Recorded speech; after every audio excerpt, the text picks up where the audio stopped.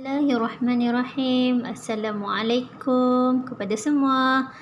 Okey, hari ni kelas kita ibadah untuk hari Selasa untuk 6 Julai 2021. Okey. Hari ni kamu buka untuk buku teks. Okey. Kita nak ulang sikit berkenaan dengan tajuk Toharah dan Ustazah nak habiskan sedikit lagi tajuk Toharah dan kita nak buat latihan untuk hari ni. Okey. Okey, semua buka buku teks ibadah. Okey. Kamu boleh buka pada muka surat. Okey.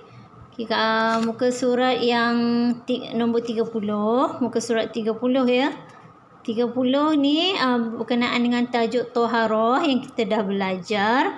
Okey, Ustazah ulang sikit. Toharah adalah maksud Toharah, pengertian Toharah. Apa maksud Toharah? Membersihkan diri kotoran ataupun hadas. Okey. Okey, soalan yang kita jawab pada minggu lepas. Ustazah harap kamu dah siap ya. Soalan-soalan yang dah Ustazah beri pada minggu lepas, harap kamu dah siap. Dan dalam soalan tu pun ada menyatakan bertanya berkenaan dengan Toharah. Okey, Toharah maksud dia membersihkan diri dari kotoran ataupun hadas. Okey, hukum Toharah. Okey, kita nak tengok hari ni, kita nak tengok hukum Toharah. Okey, hari ni ini adalah latihan-latihan yang Ustazah minta kamu siapkan minggu lepas. Harapnya kamu siap sebab nanti buku ni akan Ustazah kutip dan Ustazah semak. Okey, hari ni kita nak tengok muka surat 34. Okey, semua buka muka surat 34. Okey, boleh nampak? Saya tunjuk. Okey. Kita tengok dulu muka surat 34, hukum dan dalil Toharah. Okey, kejap ya. Okey, hukum dan dalil Toharah. Okay, tengok pada muka surat 34. Kat sini dia ada kata hukum dan dalil Toharah. Okey, hukum Toharah. Apa hukum Toharah? Okey, hukum Toharah ni maksudnya bila kita tanya hukum, jawapan dia sama ada wajib, sunat, harus ataupun haram. Itu hukum. Jadi, apa hukum untuk Toharah ni?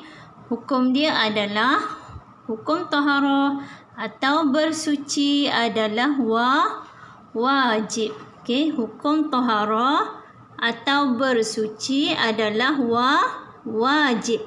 Wajib kita orang Islam bertoharah. Toharah ni apa? Membersihkan diri daripada kotoran atau hadas sebab kita nak beribadah, kita nak solat, kita nak tawaf, semua ibadah khusus yang kita nak buat, kita mestilah dalam keadaan yang yang suci, tak boleh kotor dan ada najis. Sebab tu hukum Toharah ni adalah wajib. Jangan main. Kalau kita tak bertoharah dengan elok, kita dalam keadaan yang kotor, ada najis dan kita beribadah, maka kita punya ibadah kita tidak diterima. Okey, mari kita tengok dalil. Okey, apa dalil untuk Toharah? Dalil naqli Allah Subhanahu Wa Taala menjadikan manusia. Okey, kita tengok baca sini. Innallaha yuhibbut tawwabina wa yuhibbul mutatahhirin. Allah kata apa? Allah Subhanahu Wa Taala berfirman di dalam Al-Quranul Karim. Okey, Allah cakap apa? Okey, apa maksud ayat di sini? Maksudnya sesungguhnya Allah Subhanahu Wa Taala menyukai orang-orang yang bertaubat dan dia menyukai orang-orang yang menyucikan diri. Okey, ulang sekali lagi.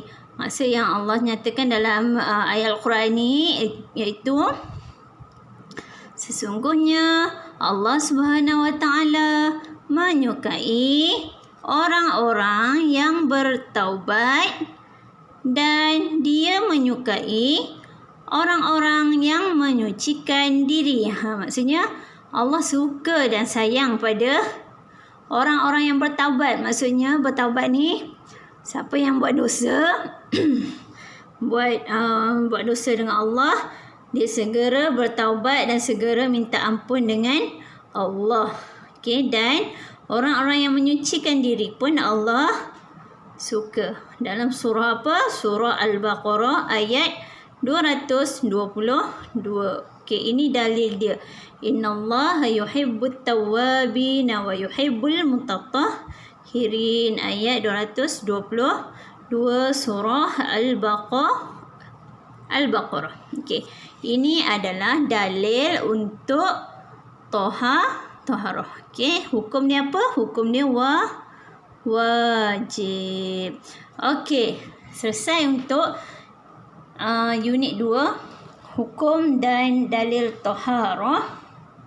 Minggu depan Ustazah akan masuk untuk bahagian-bahagian air ya. Okey, jadi untuk buku teks kamu tutup. Okey, kamu buka buku aktiviti warna merah. Okey, kamu boleh buka buku aktiviti warna merah. Muka surat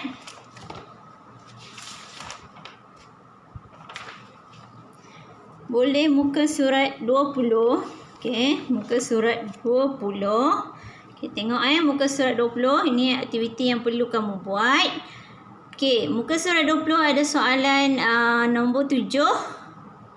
Apa dia cakap kat sini? Soalan dia, okey, kamu buat soalan ni ya. Pilih, kemudian tulis semula.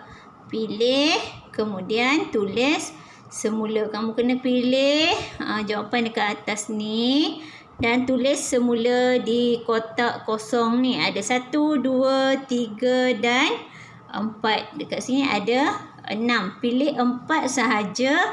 4 apa? Hikmah menjaga kebersihan dan kesucian diri. Hikmah menjaga kebersihan dan kesucian diri. Apa hikmah dia? Pilih 4 sahaja dekat atas ni dan tulis semula di bawah. Okey, jom Ustazah tolong bacakan. Okey, yang pertama, hikmah yang pertama, kalau betul kamu masukkan kat bawah kalau tak payah masukkan. Okey, yang pertama ditanya apa tadi? Hikmah menjaga kebersihan kan? Okey, yang pertama menjadi sihat dan cergas. Menjadi sihat dan cergas. Betul tak? Kalau kita menjaga kebersihan dan kesucian diri, kita menjadi sihat dan cergas. Okey, kalau betul kamu tulis di bawah. Okey, contoh. Okey, nombor 1. Okey, betul kan contoh? Okey, menjadi sihat dan cergas. Tulis balik. Tulis semula.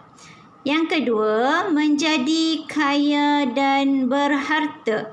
Menjadi kaya dan berharta kalau kita jaga kebersihan. Betul atau salah? Okey, nombor 3, tidak disukai masyarakat. Tidak disukai masyarakat kalau kita menjaga kebersihan. Betul atau salah? Tulis kat sini. Kalau betul, tulis kat sini. Kalau salah, biarkan. Okey, yang seterusnya, amalan dan ibadah diterima Allah. Amalan dan ibadah diterima Allah. Seterusnya, dijauhi syaitan. Dijauhi syaitan. Dan yang terakhir, terhindar dari penyakit. Terhindar dari penyakit.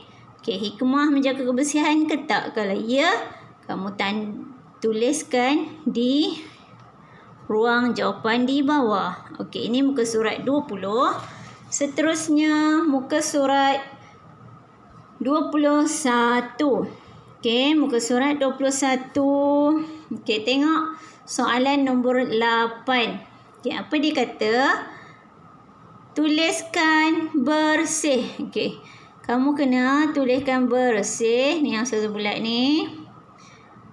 Pada gambar menjaga kebersihan. Dan kamu kena tulis kotor, kaf waw kota, waw rotor, kotor pada tidak menjaga kebersihan. Okey, yang mana jaga kebersihan? Gambar yang jaga kebersihan kamu tulis bersih, barobar, sin ya hasih, bersih. Tulis dalam ni. Okey, contoh gambar yang pertama nampak bersih kan? Okey, tulis bersih. Okey, yang kedua, kotor ke bersih? Tulis kat sini. Bersih ke kotor? Okey, dua ni je jawapan dia. Bersih atau kotor. Tengok gambar dan tulis di bawah. Okey, ni gambar yang ketiga. Gambar yang keempat. Gambar yang kelima. Okey. Dan gambar yang keenam. Tulis bersih ataupun kotor. Okey, boleh? Okey. Satu lagi soalan yang terakhir. Okey, yang terakhir ni taharah yang kita baru belajar. Okey, buka muka surat 22.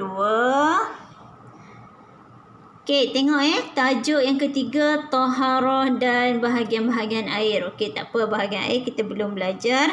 Tapi ini adalah berkenaan dengan soalan berkenaan dengan taharah. Okey, soalan yang pertama. Apa yang dia minta? Isi tempat kosong. Okey, kamu kena isi tempat kosong di bawah. Ini jawapan yang dia dah berikan.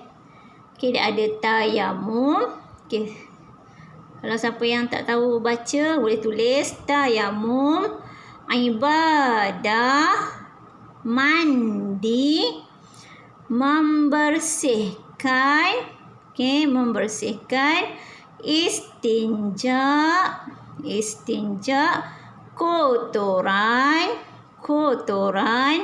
wajib, dan yang terakhir berwuduk. Okey, itu adalah jawapan yang perlu kamu isi di ruangan jawapan soalan di bawah. Okey, soalan yang pertama, taharah bermaksud apa? Maksud apa? Cari jawapan kat atas tadi. Tata dah bagi dah. Dari membersih. Okey, taharah bermaksud apa? Dari apa? Cari jawapan. Atau hadas. Okey, taharah bermaksud apa? Diri, dari, apa? Atau hadas. Okey, soalan yang kedua. Taharah dapat membolehkan seseorang mengerjakan apa? Kalau kita dah bertaharah, kita boleh mengerjakan apa? Cari jawapan di atas.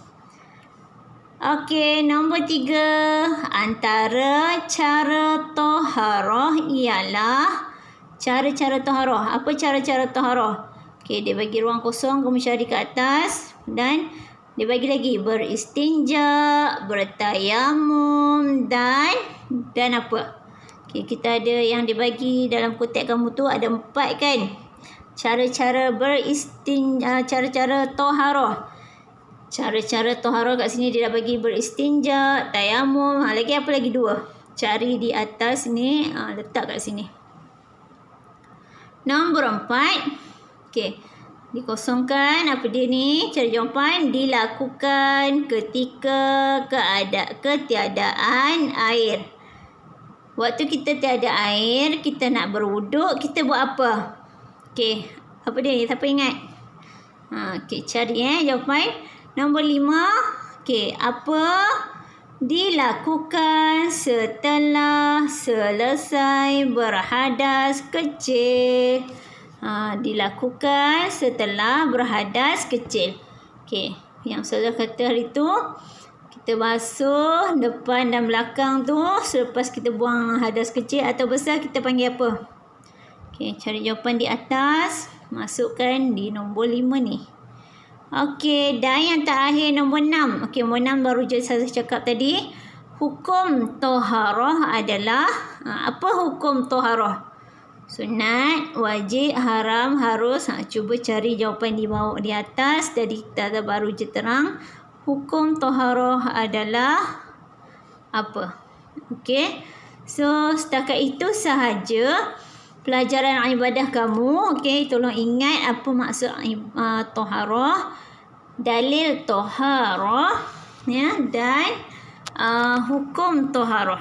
Okey. Sebab nanti saya akan kutip buku dan kita ada sedikit kita akan ada sikit kamu kena jawab soalan untuk penilaian, ya.